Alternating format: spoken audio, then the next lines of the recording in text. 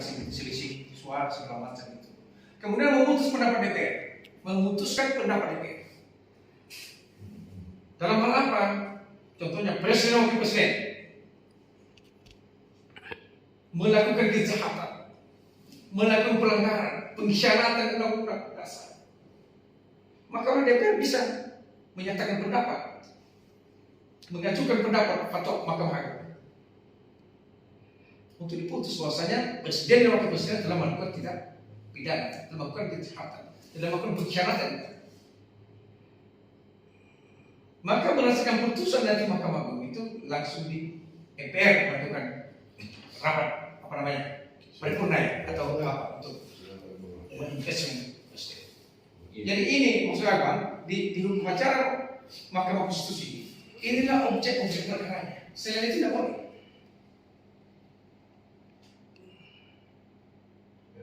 Itu semua itu hasil apa buku saya itu. Semua di situ ada semua prosedurnya tentang berapa dengan bagaimana pengujian undang-undang, bagaimana alat bukti, semua di situ di buku saya itu saya sudah apa semua. Sudah lengkap sih semua. Macam alat bukti, semua setiap orang baca saya alat bukti. Itu dia.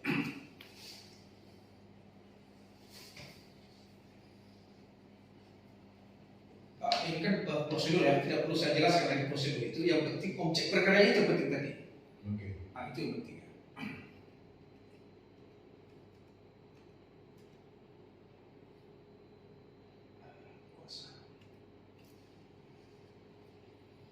Tadi pertama Bang, di buku itu ada sejarah berhak. Saya tidak ulang lagi. Sama lah. Ada beberapa orang saya dan kawan-kawan membentuk berhak ini dengan badan hukum lengkap semua. Itu. Lalu masuk ke tata usaha negara. Yang penting saya sampaikan dalam setiap hukum acara ini adalah objek perkaranya apa. Tadi sudah kami bahas juga Bang Salul. Objek perkara tata usaha negara ini dasar punya ini.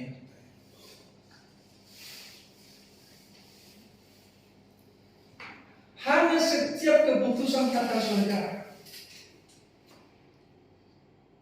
Setiap keputusan tata usaha negara yang dikeluarkan oleh pejabat tata usaha negara menimbulkan kerugian hukum bagi pihak yang menerima keputusan itu. Itulah objek hukum acara tata usaha negara. Di mana digugat? Di pengadilan tata usaha negara. Selain itu apa? Ada penetapan kesan sepihak. Contoh, ada administrasi yang diperintah oleh undang-undang, tetapi kita belum menerima melalui suatu ketetapan. Tidak diberikan oleh bupati, tidak diberikan oleh camat segala macam. Maka kita berhak menerima itu. Dasar ada perintah undang-undang, ada regulasinya. Sampai sekarang belum saya terima, kita mohon. Itu boleh. Sepihak. Dasar putusan itu nanti dasar untuk menjalankan apa yang menjadi kewenangan kita. Tadi contoh. Macam sertifikat ya. Hak milik. Ini tadi contohkan. Sertifikat ini kalau ada kekeliruan, prosedur mengeluarkan sertifikat itu karena itu dikeluarkan oleh pejabat atau negara, maka bisa kita buka ke kasus. Tapi di samping itu, manakala juga memang ada perbuatan yang melawan hukum, PMH menerima tidak itu.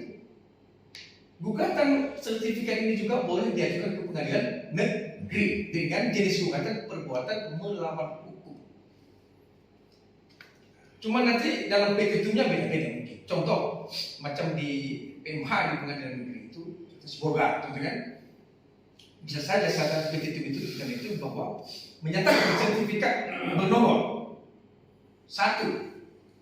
Ya kan, yang dikeluarkan oleh Kantor Pertanahan Nasional semoga tidak memiliki kekuatan hukum dan tidak mengikat secara hukum. Itu kepandaian seorang pengacara nanti.